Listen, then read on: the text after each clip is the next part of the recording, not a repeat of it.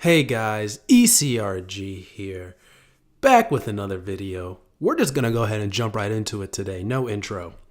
So we got a question today from one of the subscribers on the YouTube channel. And the genesis of their question was, I am interested in a CRA career, but I find it very hard to find a position. Do you have any tips on how to get started? Now, of course, whenever someone asks this question, we got to have a little context. So I replied back, hey, can you add a little context to this? What kind of experience level do you have? And, how much experience do you have in clinical research? And basically, that's that. Or do you have any working experience prior to that? So this person later says that they have a degree in biochemistry in which they graduated a few years ago. They have 90 hours of clinical research volunteer experience, which is good. And they have 3 courses that they've taken: bioethics, GCP, ICH, and drug development. So that's good. They have some background coursework. They have some volunteer experience, and they are a science degree graduate. So what roles does this qualify this person for? Well, obviously, entry-level roles.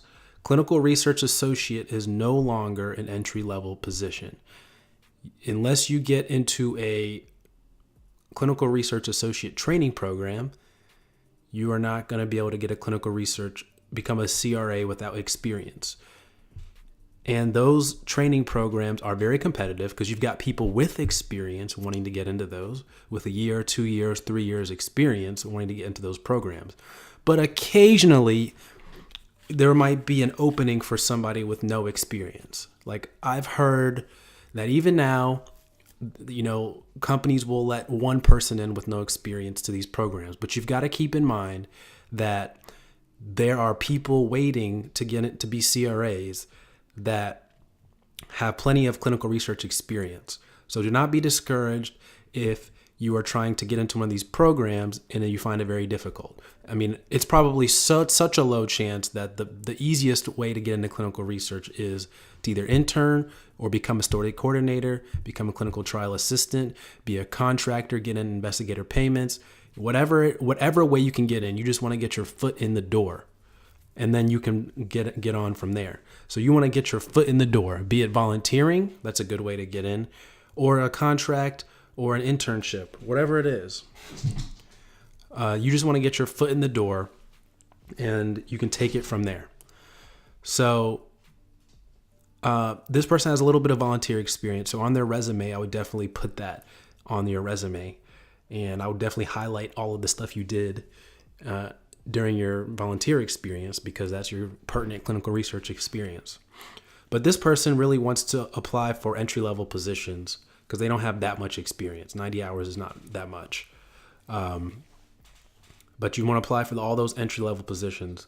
And if you haven't yet, I would definitely go check out the videos we did on, what is a clinical trial assistant, what is a project manager assistant, all those videos we've done or have coming down the pipeline for like what are these certain positions, so you know which positions you can apply for. Also, watch our Indeed tutorials and some of our other tutorials that we've done on how to get a job in clinical research. Our LinkedIn SEO tips is a really good video. We do a wide range of video topics on this stuff, and we'll do more if you guys like them. So definitely comment down below if you would like for us to do more content on getting into clinical research. But so basically, that's my advice for this person, is to get your foot in the door. It is very unlikely you're going to become a clinical research associate, like very, very unlikely, like 1% chance. And I mean, if that, it just does not happen anymore, because sponsors have pretty much said we want 2 years of experience for anyone to be a CRA. So they want 2 years experience, clinical research experience. And that's pretty much what recruiters are looking for, is 2 years experience. Occasionally, CROs will try and make the argument that, our training program is equal to 2 years experience. We put them through 3 to 6 months of intense training, and they're acceptable to be a CRA. So that can happen. It just depends. these training programs really go through periods of ebb and flow. Sometimes all they want is study coordinators. So it makes it difficult for people like myself who work for CROs. Sometimes all they want is study coordinators. The other times, sometimes they want people with no experience. This was popular maybe a couple years ago, a lot more difficult now. And sometimes, they want people that are in the CRO that are former CRA, like in-house CRAs to do it.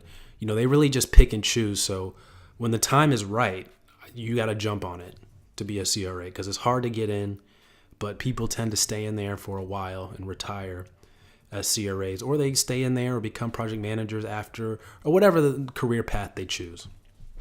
But hope this was helpful for you guys. This person submitted their question at eliteclinicalgroup@gmail.com. You can do the same, or you can comment down below. We'll answer your question there.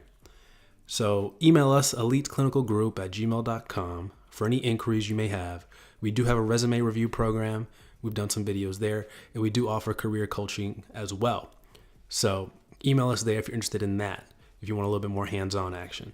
All right, guys, take care.